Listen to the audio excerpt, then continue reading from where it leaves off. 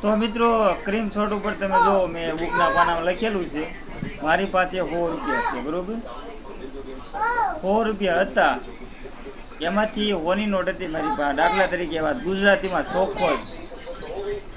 તો મિત્રો આ કઈ વસ્તુ મને સમજાણી નહીં, મારી પાસે 100 રૂપિયા હતા, બરોબર?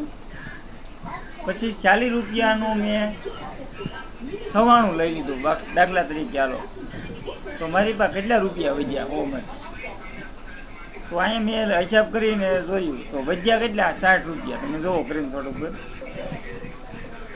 પછી મિત્રો મારી પાસે 60 રૂપિયા વધ્યા.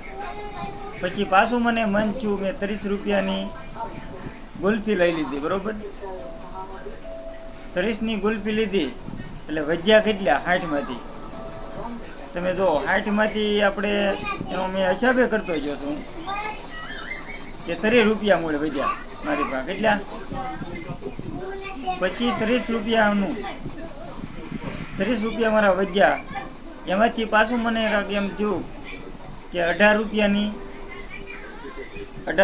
મેં ખાંડ લઈ લીધી. ચીની આવે ને, ચીની, હિન્દીમાં ચીની કહેતે, હું ગુજરાતી છું એટલે હું ગુજરાતી બોલી. 18 રૂપિયાની મેં છીણી લઈ લીધી, ખાંડ. આપણે વધ્યા કેટલા મારી પાસે? એનો હિસાબ મેં તો સ્ક્રીનશોટમાં દઈ દીધો છે નીચે હિસાબ કરી. મારી પાસે 12 રૂપિયા વધ્યા. 12 જ વધે ને મિત્રો? હા. પછી 12 રૂપિયાનો,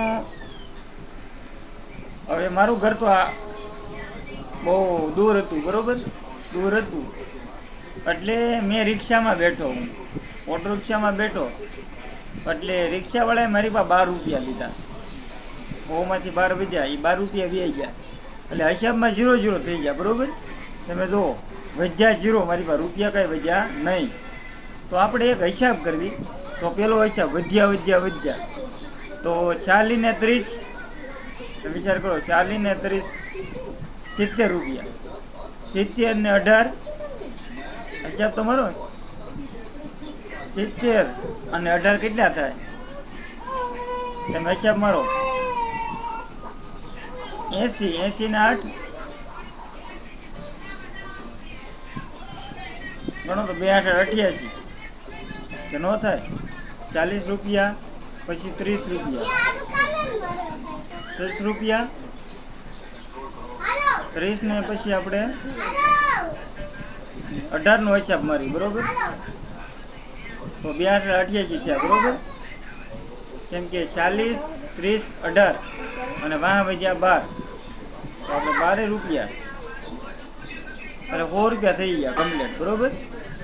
પછી આપણે બીજો આપણે હિસાબ મારી, ખર્ચો કેટલો કર્યો એનો હિસાબ મારી, બરોબર? તમે જુઓ, ખર્ચ પેલા આપણે એટલે વાપરીનો ખર્ચ કર્યો, પછી આપણે વધ્યાનો હિસાબ મારવાનો છે. પેલા 60 પછી 30 પછી 12, બરોબર?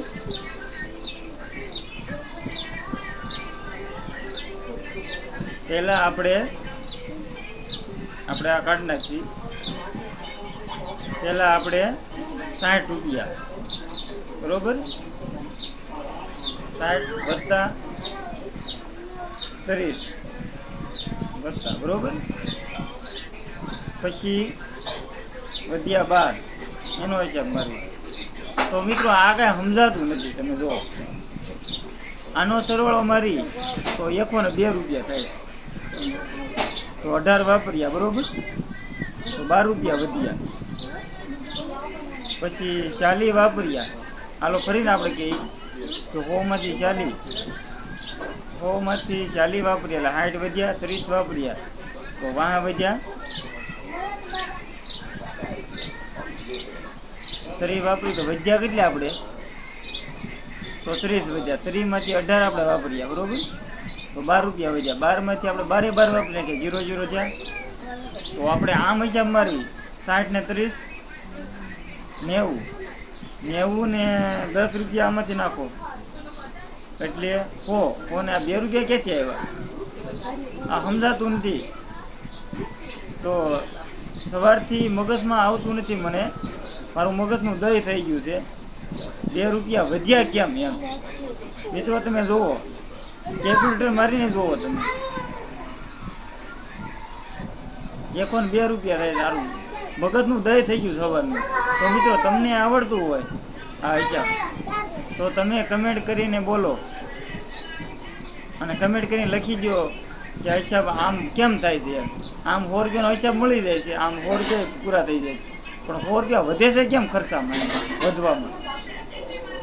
તો મિત્રો કમેન્ટ કરી દો આ વિડીયો તમને આવડે તો, અને શેર કરી દો બધાને આ હિસાબ આવડતો હોય તો. મને હિસાબ આવડતો હોય મારું મગજનું દહીં થઈ ગયું છે, એટલે તમે મને હિસાબ કરી દો મિત્રો.